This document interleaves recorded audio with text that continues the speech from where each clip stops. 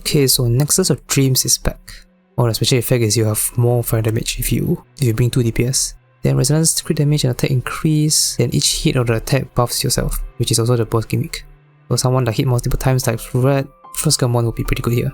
And speaking of Red Frostgamon, that is exactly what I'll be running. A triple win team, meaning technically 4 win if you include Vishnu, I guess. But yeah, this is gonna be my weaker side. So I'll be using Anj on the other side. If you talk about the scores, both sides actually score the same when I use the strongest supports, in the strongest personas. So if I use Anj, I use Dionysus. Both sides score about the same, very close. If it's close, we need to take a look at the weaker side. Which side scores higher for the weaker side? For me, it is this side, if Frostgamon. So Futaba will be here. The other side scores less, so Anj needs to go there, because the other side requires Anj more than this team. I'll explain it when we get to that side. Frostgamon again. It's quite interesting, SOS is her, then this week is also her again. They keep running her, man. Yeah, this is the Mindscape. She's running Freedom and Triumph, and you need at least 58.3% crit rate and 20.4% pierce, including your navigator. And she's A0 R0. Then the sub DPS, I guess you can call him that, is our the Floret. This is the Mindscape, almost nothing. Then he's running Departure Control, which is a must here for defense debuff. Then his crit rate is about 59. Pierce rate you can also get as high as possible, so that he can do some good damage. Then our support, of course, Tempest Wind. Tempest Wind is really good for this team. The last time Nexus of Dreams reran, or I guess the first time it ran, like 2 weeks ago or 2 updates ago, I cannot use Tempest Wind because I don't have Phoebe. So I had to run regular Wind and ditch Tempest Wind. But now I have Anj and Futaba, I can use Tempest Wind, which is very good here, because Tempest Wind buffs both Tempest Wind and also Fluent. They're all Wind, right? And then the skill 1 can also give Frostgamon the charge with resonance. And the skill 1 applies only to Wind, but both the DPSs are Wind also. So good synergy there. And here's the Mindscape. She's running Creation Worry and she's A0. Then our navigator is going to be Futaba. I am running Sustainless here, which isn't that bad for this fight.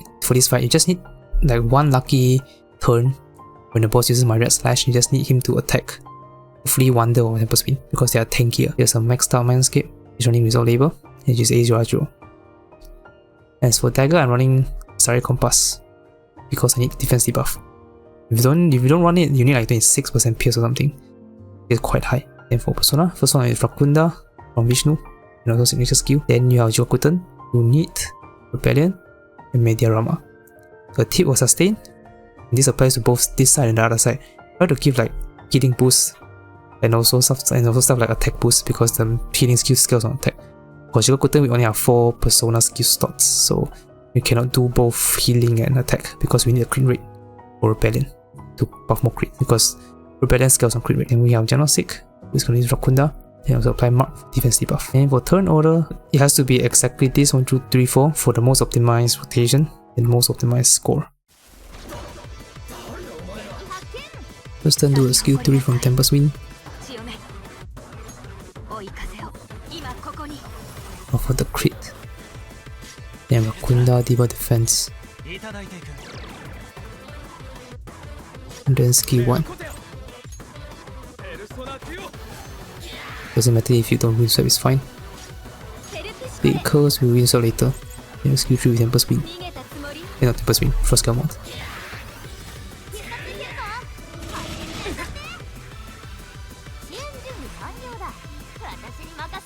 Then skill and Futaba.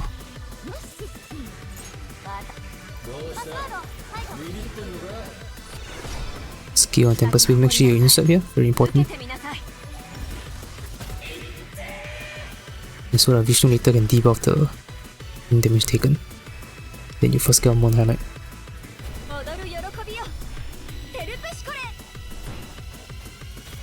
And then you do Vishnu. This will also increase damage taken, wind damage taken because of wind swap. Then skill 3. You have to reach 5 stacks here from Floret, which you most likely should, so that all the subsequent skill 3 will do 6 hits. Then skill 1.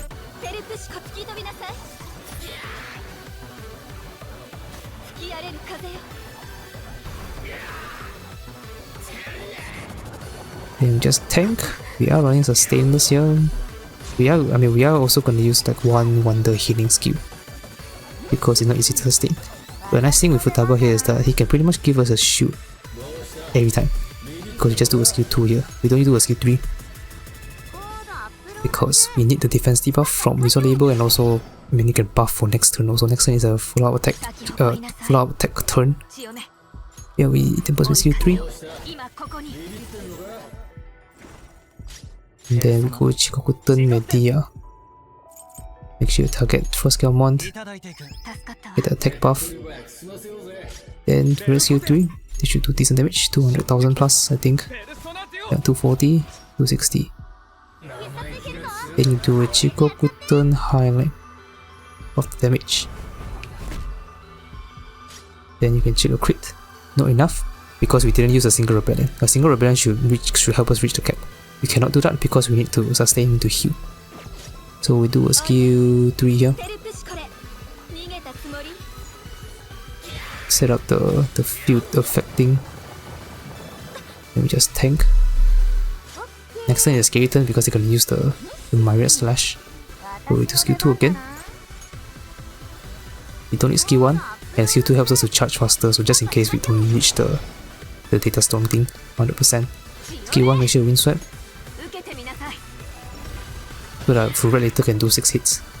Because one of the conditions for full red is to hit extra hit is the wind sweep. Then we do Yanosek Wakunda. We need to apply the mark also, because the Vishnu debuff has already wore off. And the mark is a substitute. Then skill 3. Okay, that's slightly higher than last turn I think. Then skill 1.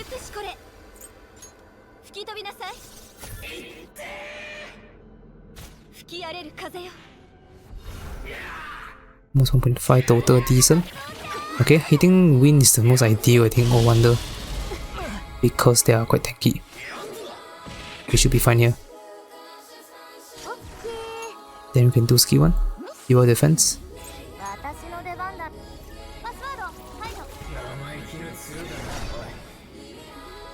And then we can skill 3.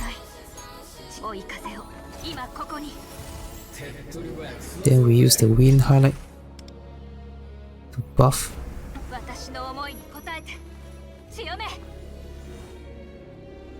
Then you can do Vishnu.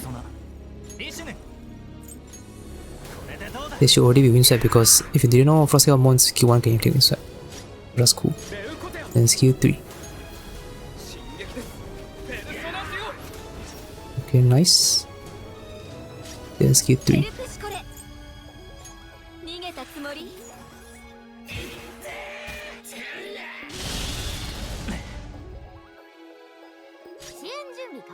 We are fine.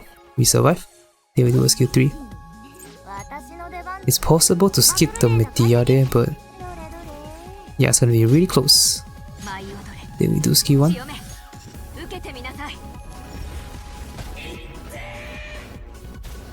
Then now we do a Jiwakutan Rebellion.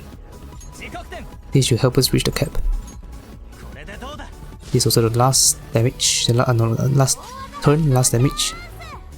So we can now look at the crit rate. Almost there, just 0.1%, okay. Then we do skill 3, which should be the biggest damage hit because we have a double skill 3 active. 300k, pretty good. Then we do a full scale Mont highlight. 1 damage. Then a skill 1. I think got 2 million. No, not 2 million. Okay, that's pretty good also. Yeah, 140 plus, 143, 144. Pretty good.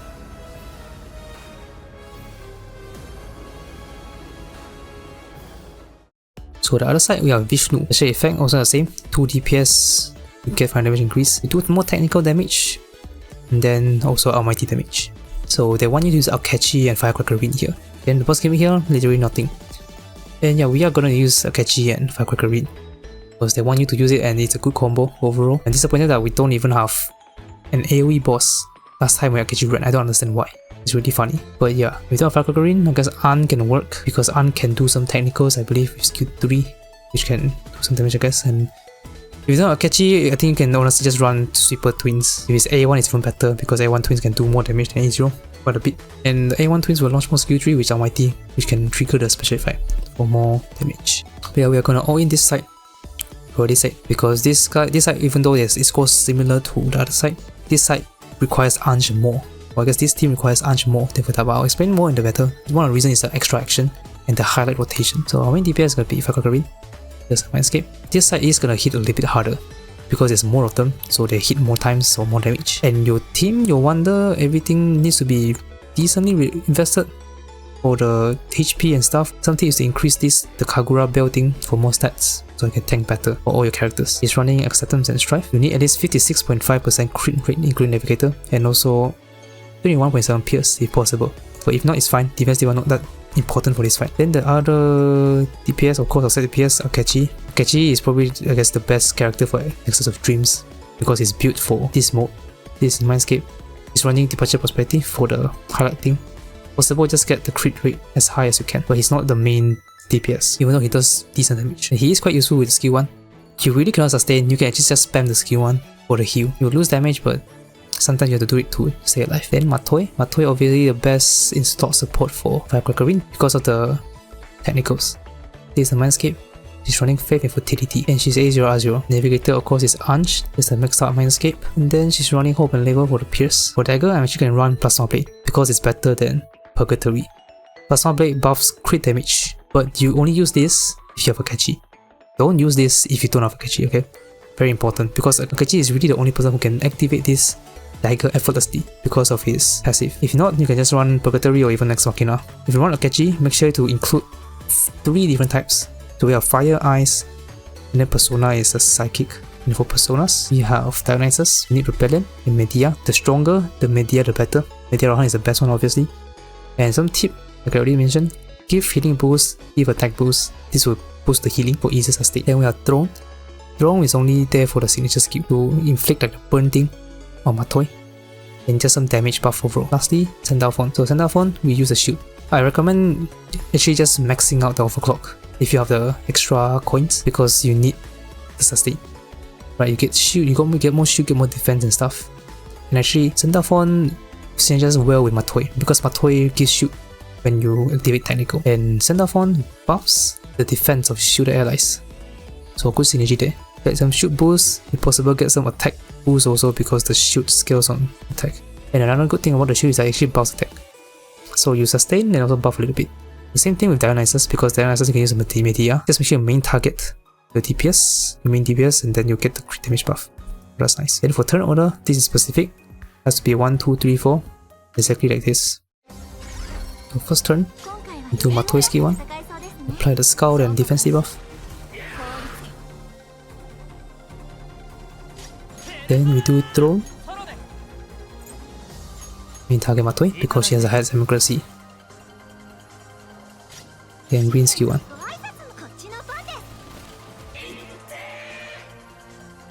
Then Akechi skill 2. We are running Sustainless here, so it's a bit scary. We do have Wonder to use a bit of sustain later on. We also have other means of sustain like An skill 2, Akechi skill 1, Matoi can also give shield, but it's still a little bit tough. A bit of luck involved also, and your characters are definitely need to be invested quite a bit to really tank this. Then skill 1 from Anj.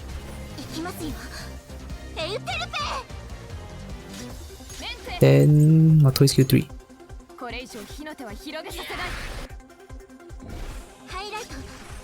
Then Rin highlight. We buff herself. Then Dionysus Rebellion. Buff the crit.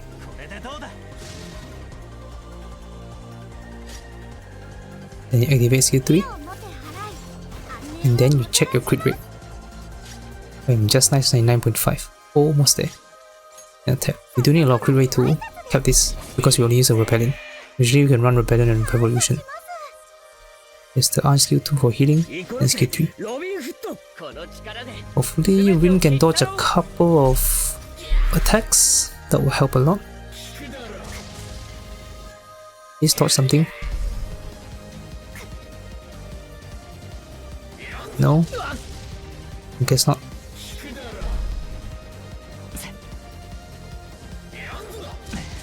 Okay, I think no one dodged anything. That's sad. Okay, we skip 3 Anj.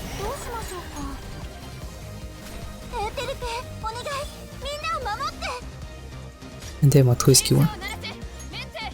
Apply Scout and Diva Defense. And then Sundowf on the Shield. And a bit of sustain here.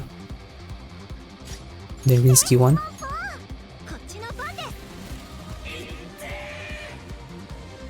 Then Akechi highlight.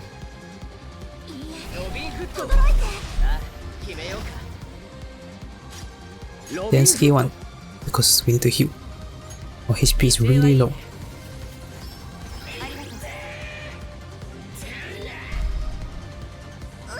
If you can tank, you can just do the Akechi's Q2, but it's gonna be tough. Please dodge something, man, come on. So many attacks, no one is dodging. Dodge the last one, please. Right. Oh.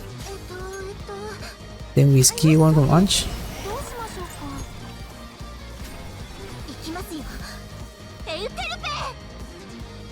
And then ski 3.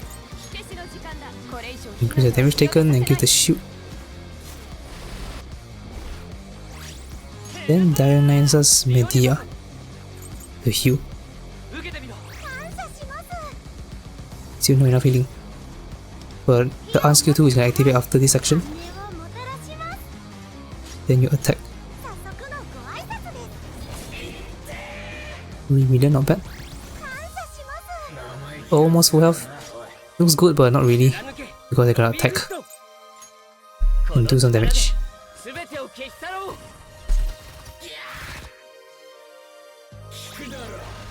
Dodge? No dodge. Don't hit Rin. Okay, now we just need Rin to tank. Just dodge 1. I think dodge, as long as she dodge 1, I think we should be okay. Just any one. Or it's gonna be really close. Well, actually, I think we got this as long as they have 6000 HP and above. Ooh, Rin is really close.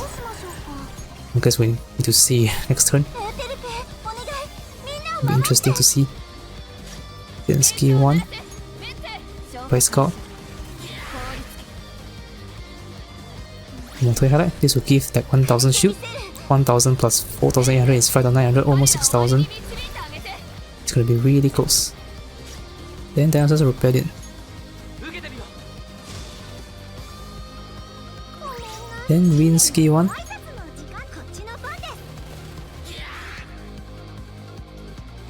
Which is skill 2. You really cannot tank, guys. You can just spam skill 1 with Akechi, I guess. Moment of truth. This is really close. Just dodge 1, man. Just dodge. Okay, we got this. Oh, was super close, but we got it. That dodge was super clutch. No, actually, I think we are fine even with the dodge. We have 1000 health left. We're fine, but still pretty close. Then we do skill 1. And then the couple activate now before we forget. The couple make sure to target the main DPS, which is going to be Firecracker Reed. Then Mato is skill 3.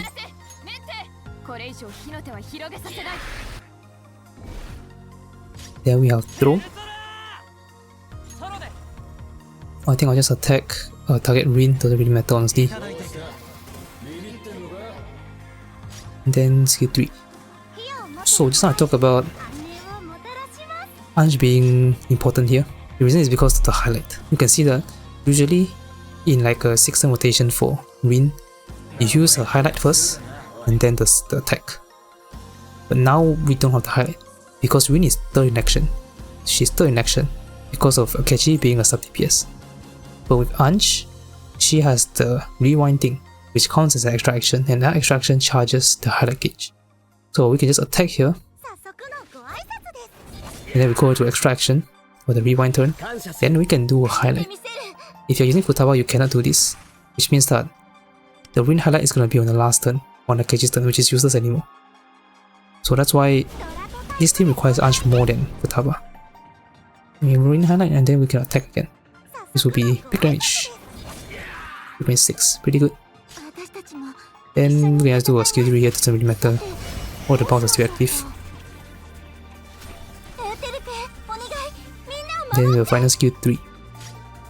For some nice damage. It should be like 2 million, I think. Which is pretty good. That's pretty nice. Hoping for a new record maybe for this rotation. Oh yeah, nice.